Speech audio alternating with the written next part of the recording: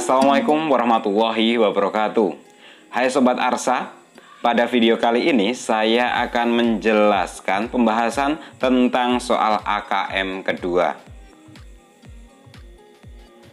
Seperti yang telah kalian ketahui bahwa soal AKM kedua ini terdiri dari 14 soal yang terdiri dari teks informasi 10 soal, teks sastra 4 soal, pilihan ganda 3 soal, pilihan ganda kompleks 8 soal, menjodohkan 1 soal, isian singkat 1 soal, dan isai atau uraian sebanyak 1 soal. Langsung saja kita ke pembahasannya.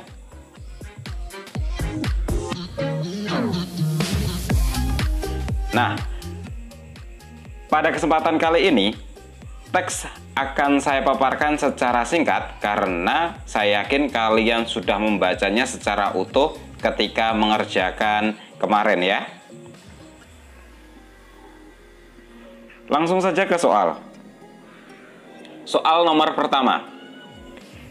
Di sana kalian dipaparkan sebuah teks yang terdiri dari 3 paragraf dengan soal. Berdasarkan bacaan tersebut, tentukan apakah pernyataan berikut benar atau salah. Berikan tanda centang pada tabel berikut ini. Yang pertama, jari bertinta ungu tidak berkaitan dengan pemilu. Pernyataan itu merupakan pernyataan yang salah ya. Nah, buktinya kalian bisa dibaca di kalimat pertama, di mana jari bertinta ungu sangat identik dengan pemilu, sedangkan pernyataan tidak berkaitan. Pernyataan kedua. Sebelum India, Pakistan lebih dahulu melopori adanya tinta ungu saat pemilu. Pernyataan ini termasuk pernyataan yang salah karena India merupakan pelopor ketika menggunakan tinta ungu saat pemilu. Buktinya ada di kalimat kelima. Pernyataan ketiga, India menjadi negara pelopor adanya tinta ungu pemilu. Pernyataan ini merupakan pernyataan yang benar ya. Nah, buktinya ada di kalimat kelima. 4.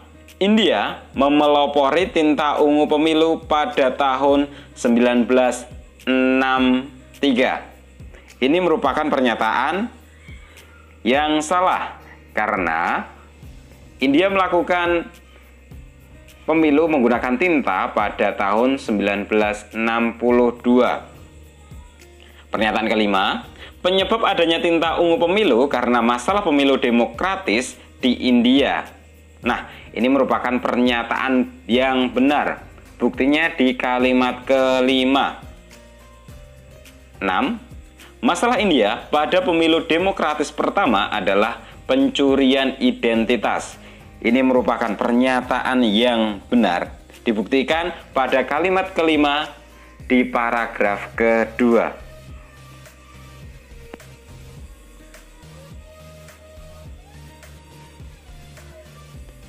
Soal nomor 2.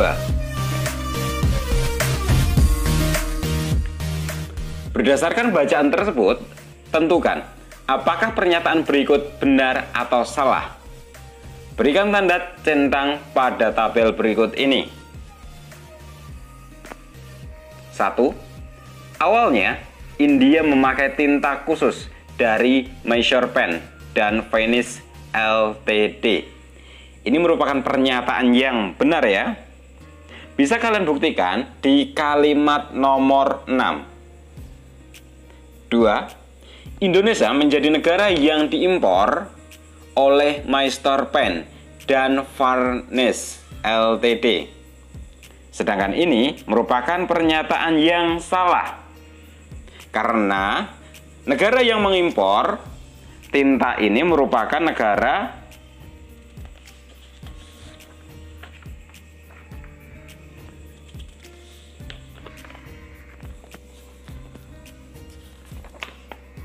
Negara mana ya?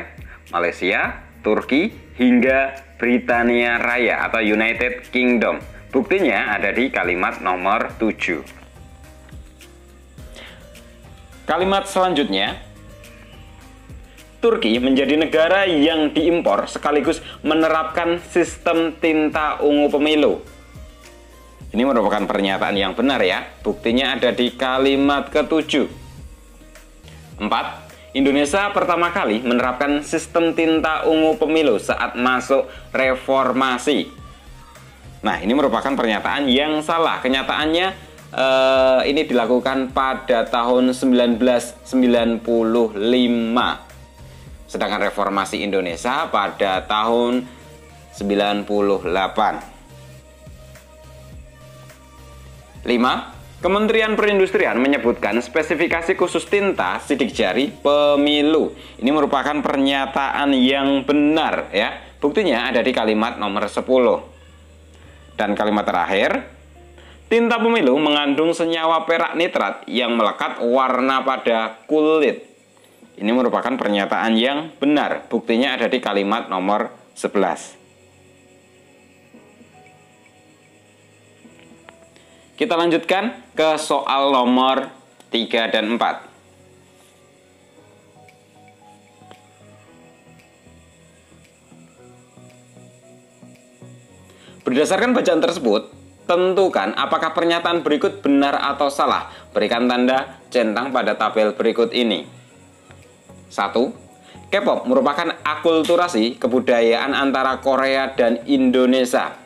Ini merupakan pernyataan yang salah ya. Buktinya ada di kalimat 1 dan 2. 2. K-pop sudah menjadi budaya masyarakat Indonesia. Ini merupakan pernyataan yang salah. Kenyataannya, K-pop merupakan budaya asli Korea. Dibuktikan pada kalimat nomor 2. 3. Di Korea, K-pop tidak hanya menjadi genre musik, tetapi juga gaya hidup. Pernyataan ini merupakan pernyataan benar ya. Bisa dibuktikan di kalimat kedua. 4. Boyband dan girlband di Indonesia sudah ada sebelum K-pop lahir. Jelas, ini merupakan pernyataan yang salah ya. Boyband dan girlband di Indonesia itu lahir karena adanya K-pop terlebih dahulu. Buktinya ada di kalimat kelima. Dilanjutkan kalimat kelima. Anak muda Indonesia lebih tertarik belajar budaya negara lain ya. Itu kurang lain pada pernyataannya. Jadi masuk pernyataan yang benar. Buktinya ada di kalimat ke-6. Dan terakhir, Indonesia tidak terpengaruh budaya K-pop. Ini merupakan pernyataan yang salah. Kenyataan Indonesia terpengaruh budaya K-pop. Buktinya ada di kalimat keempat. Soal nomor 4. Berdasarkan bacaan tersebut, tentukan apakah pernyataan berikut benar atau salah. Berikan tanda centang pada tabel berikut ini. Nah, untuk soal nomor 4 ini, kalian harus memfokuskan pada ketelitian dan penalaran kalian. Kemudian bisa kalian simpulkan sesuai analogi kalian. Misalnya nomor 1. Penulisan kata boyband dan girlband tidak perlu dicetak miring. Ingat, penulisan boyband dan girlband yang masih merupakan bahasa Inggris harus ditulis miring. Berarti pernyataan nomor 1 merupakan pernyataan yang salah. Kedua, selain Indonesia, tidak ada negara lain yang terpengaruh budaya K-pop. Kira-kira negara lain terpengaruh nggak? Banyak sekali ya yang terpengaruh budaya K-pop. Berarti ini pernyataan yang salah. Ketiga, imperialisme. Budaya berarti penguatan budaya yang menggantikan seluruh budaya sebelumnya. Ya, ini merupakan pernyataan yang salah juga. Karena menggantikan sebagian budaya sebelumnya. 4. Kata entertainment seharusnya dicetak miring. Ini merupakan pernyataan yang benar karena entertainment masih masuk dalam bahasa asing. 5. Kata menggurita dapat bermakna berakar dan menyebar kemana-mana. Ini merupakan makna yang benar. Kalimat terakhir, kata media massa seharusnya diubah menjadi media massa. S-nya satu saja. Jelas, ini merupakan pernyataan yang salah ya. Perlu diketahui bahwa media massa yang massa S-nya 2 itu kalau kalian cek di KPPI artinya adalah jumlah atau ukuran ya pada satuan tertentu. Sedangkan media massa yang S-nya 1 artinya waktu. Jadi bisa kalian simpulkan bahwa media massa yang artinya media yang mempunyai kekuatan yang jumlah yang besar ditulis dengan S2. Jadi nomor 6 merupakan pernyataan yang salah. Yang paling benar adalah media massa S-nya 2 biar seger.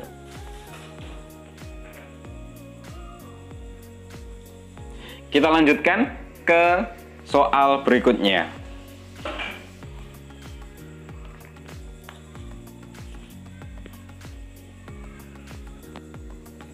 5. Berdasarkan bacaan tersebut, tentukan apakah pernyataan berikut benar atau salah. Berikan tanda centang pada tabel berikut ini. 1.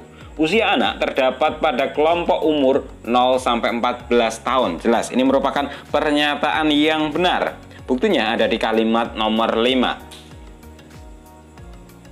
2. Usia anak-anak mencapai 66,17 juta jiwa atau 24,8% dari total populasi. Ini merupakan pernyataan yang benar. Bisa kalian buktikan di kalimat nomor 5.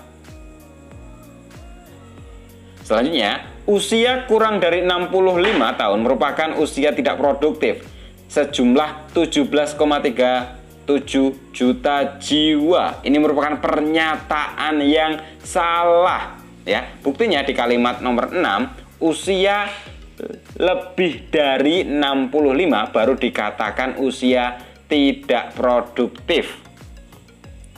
Selanjutnya, usia produktif berada pada kelompok umur 15-64 tahun. Ini merupakan pernyataan yang benar. Buktinya ada di kalimat nomor 6. 5. Jumlah penduduk usia produktif sebanyak 183,36 juta jiwa atau sebesar 68,7% dari total populasi. Ini merupakan pernyataan yang benar. Ya, buktinya ada di kalimat nomor 6. Kita lanjutkan kalimat terakhir yaitu semakin tinggi rasio ketergantungan mengindikasikan semakin ringan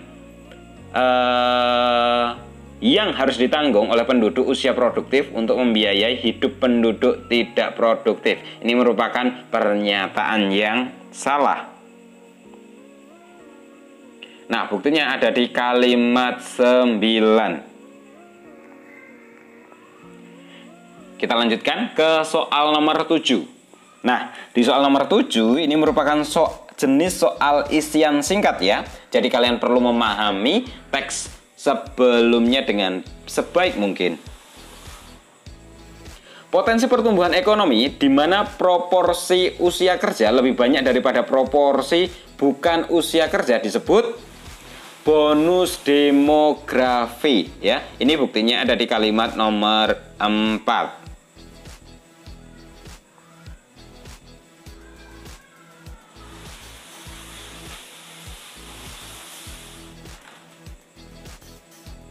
Kita lanjutkan soal nomor 7. Pasangkan daftar pertanyaan di sebelah kiri dengan jawaban yang ada di sebelah kanan yang memiliki kesesuaian. Nah, untuk mengerjakan soal model seperti ini sebenarnya ketelitian dan pemahaman merupakan kunci dari soal ini ya. Nah, mari kita jodohkan. Nomor 1, jumlah penduduk di usia produktif berapa? Ini yang paling cocok dengan D ya. 183,36 juta jiwa. Kita lanjutkan. Jumlah penduduk usia anak-anak ini paling cocok dengan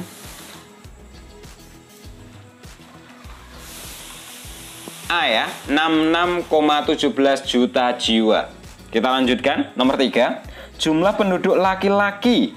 Nah, ini yang paling cocok dengan E, 134 juta jiwa.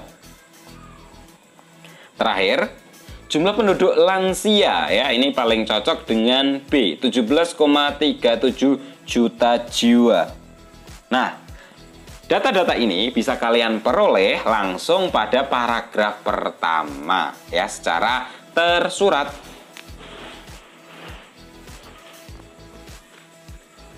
Kita lanjutkan ke soal berikutnya, soal nomor 8. Jika nilai rasio ketergantungan meningkat pada tahun depan, apakah dapat dikatakan tingkat kemakmuran juga meningkat? Jelaskan pendapatmu.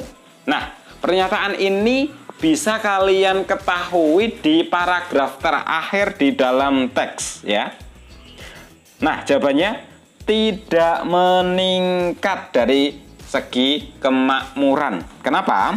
Rasio ketergantungan menunjukkan banyaknya jumlah usia tidak produktif yang ditanggung oleh usia produktif. Semakin tinggi rasio ketergantungan berarti semakin banyak jumlah usia tidak produktif yang berakibat pada menurunnya pendapatan rata-rata penduduk. Hal ini akan membuat tingkat kemakmuran menurun. Nah, ini bisa kalian buktikan di paragraf terakhir pada teks tersebut. Nah, kita sejenak beristirahat ya. Silahkan kalian bisa ambil kopi ya, sambil dipijet-pijet kepalanya. Gimana? Sudah tercerahkan atau makin malah puyeng ya? Oke, kita lanjutkan ke soal berikutnya.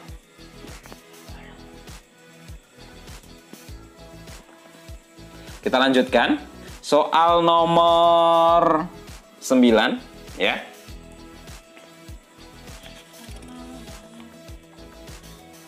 Kata yang paling tepat untuk melengkapi kalimat 10 adalah, nah, kalimat nomor 10 mari kita baca ya. Ini adalah yang E. Nah, yang E ya. Bisa kita masukkan misalnya seperti ini.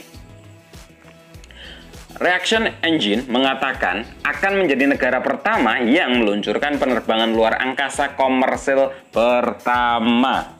Ya, jadi opsi yang paling benar adalah yang E. Soal nomor 10. Antonim kata eksklusif pada kalimat keempat adalah, jawabannya yang C, umum. Perlu kalian ketahui, dalam Kamus Besar Bahasa Indonesia, eksklusif berarti khusus. Kebalikan dari khusus berarti umum. C jawabannya. Kita lanjutkan ke soal berikutnya. Soal nomor 11 dan 12.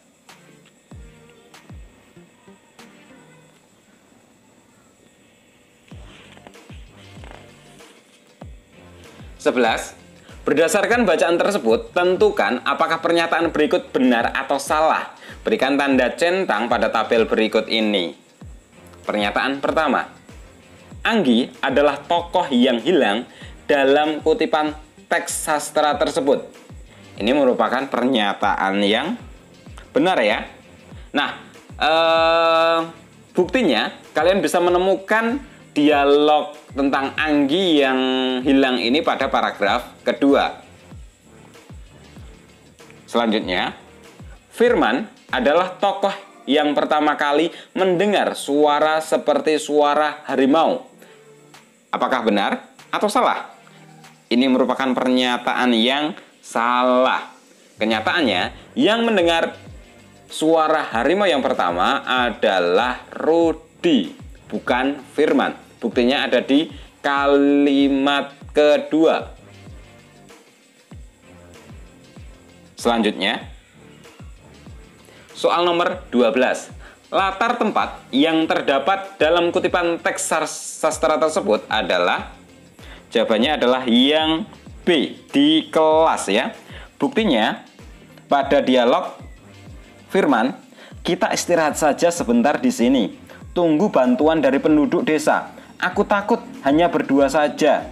Suara Rudy di depan kelas sambil memegang kertas dengan tangan kirinya. Jadi latar yang benar adalah di kelas.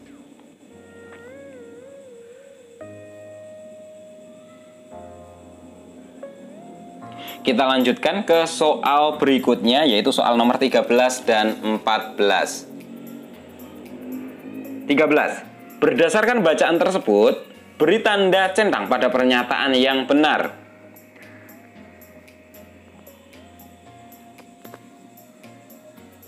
Nah, di antara 4 pernyataan ini, menurut kalian, pernyataan yang benar adalah yang pernyataan C dan D. Nah, buktinya kalian bisa mencari kedua pernyataan tersebut pada paragraf kedua sampai paragraf keempat. Silahkan kalian cek ya. Kita lanjutkan. 14. Soal terakhir. Berdasarkan bacaan tersebut, tentukan apakah pernyataan berikut ini benar atau salah. Berikan tanda centang pada tabel berikut ini. 1. Ayah dan anak sudah sering pergi ke pegunungan dan mendengar pantulan bunyi. Nah, apakah sering? Pernyataan ini pernyataan yang salah karena mereka, si anak, baru pertama kali. Kedua, kata berpikir pada kalimat ke-25 sudah benar sehingga tidak perlu diperbaiki. Menurut Kamus Besar Bahasa Indonesia, berpikir harus menggunakan P, huruf P ya. Jadi berpikir. Jadi pernyataan itu merupakan pernyataan yang salah. 3. Hasil yang kita dapatkan tergantung pada apa yang kita pikirkan, katakan, dan lakukan. Nah, ini merupakan pernyataan yang benar. Buktinya ada di kalimat 23. 4. Kata yang tepat untuk melengkapi kalimat 26 adalah meskipun demikian. Apakah benar? Nah, mari kita cek kalimat 25 dan 26. Kamu akan mendapatkan penghormatan, kasih, dan pertolongan dari sesama karena kebaikanmu. Meskipun demikian, nah meskipun demikian ini merupakan konjungsi pertentangan. Jadi tidak sesuai jika nanti kalimat berikutnya kamu akan mendapatkan kehidupan yang sukses ya. Jadi ini merupakan pernyataan yang salah. Nah, seharusnya digantikan dengan konjungsi apa? Bisa kalian masukkan kata dengan begitu. Jadi lengkapnya akan menjadi seperti ini. Kamu akan mendapatkan penghormatan karena kecakapanmu berpikir, mendapatkan penghargaan karena kepandaianmu berbicara, juga mendapatkan kasih dan pertolongan dari sesama karena kebaikanmu. Dengan begitu, kamu akan mendapatkan kehidupan yang sukses. Oleh karena itu, nah ini merupakan konjungsi yang tepat. Oke, itu tadi pembahasan soal AKM kedua. Semoga bisa mencerahkan kalian. Jika ada pertanyaan, silahkan kalian tuliskan di kolom komentar ya. Terima kasih atas perhatian kalian. Semangat selalu, sukses selalu, dan lampaui batasan kalian. Terima kasih dan wassalamualaikum warahmatullahi wabarakatuh.